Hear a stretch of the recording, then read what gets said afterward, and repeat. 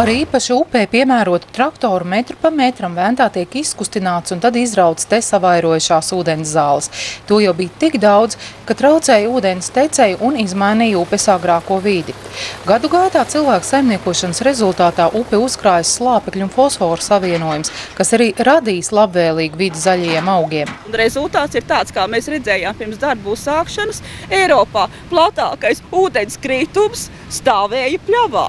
Ventā šobrīd šī posmā dzīvo tādi ūdens organismi, kādus mēs varam atrast ezerā, dīķī, lēnā upē, un kādiem nekādā gadījumā nevajadzētu būt tik straujā upē kā Venta un tik potenciālā, lašu, bagātā upē, kāda ir Venta.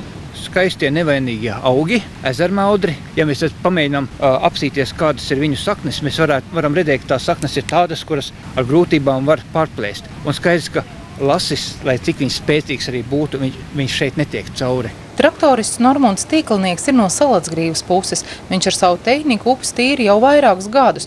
Ventā tas esot diezgan ekstrēmi, jo gultne ir nelīdzena un upe strauja. Pret straumu, ko brauc, izliekas, ka laiža firma Formula. Bet izrādās, ka tas traktors nemaz uz priekšu nekust. Tādi visādi, brauc. Īsti jau neredz, kur uz tavus. Kad tas traktors krīt, viņš ir jādabūt vismaz 30 cm garuma vietā. Citādi var neiznāk tā, kā gribējās. Kad zāles ir izrautas, tās vēl 100 metrus tiek pludināts leju pa straumi. Lai tie zīvju mazuļi, tie ūdens organismi, kuri ir saknēm un augiem pieķērušies, pagūtu, atstātu ūdens augus, un mēs upi tīrot ūdens augus, neattīrītu arī no ūdens organismiem. Tad palīgi, kas te sabraukš no dažādām Latvijas vietām, augus iznes no upes un liek kaudzēs. Armīns Apēns, kurš ir no Latgales, neslēp, ka pie Ventas rumbas ir pirmo reizi, bet par darāmo darbu jau esot apgūtas Ventas kaprīzes. Mājās nevaram neieteikti to mēģināt. Pats pirmais iespējas bija diezgan tāds maldīgs, tā likās jau diezgan bīstami un tā.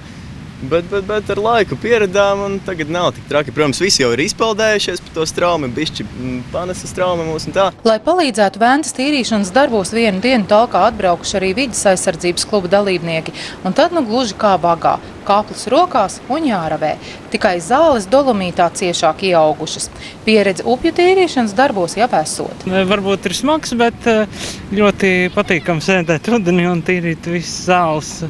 Ūdens augus. Mēs ļoti priecājamies, ka šoreiz ir pie Ventas rumbas, tā ir tāda ļoti pazīstama vieta Latvijā, un tā teikt šeit talkot ir, var teikt, pilnīgi gods, gods un lepnums tāds, ka var izdarīt kaut ko labu šīs skaistās vietas labā. Ļoti ceru, ka varbūt pēc gada runāsim ar kuldīdzniekiem, ka mēs te būsim daudz vairāk, arī vietējie cilvēki nāks te upē, tā ka mēs varēsim jau iepriekš tā kā sagatavoties vairāk, un te varbūt to tik labi neizjūt, bet varbūt, ka niansēs ka mainās upes dziesma, vai ne? Sevišķi mazā upītē to pēc talkas ļoti var just, ka viņa sāk tā kā buržguļot. Jau pirmajā gadā pēc upes tīrīšana nārstot nākošo lašu skaits ir par 6 reizēm lielāks nekā iepriekšējā gadā. Upe ir regulāri jātīra no zālēm.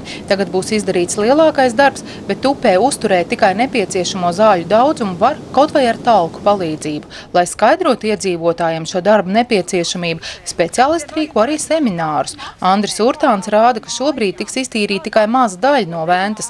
Kuldīgas apkaimē vēl ir daudz aizaugušu lašiem piemērot nārsta vietu. Tie būtu darbi priekšdienām. Ieva Benefelde, Lants Perševits, Skrundas televīzija.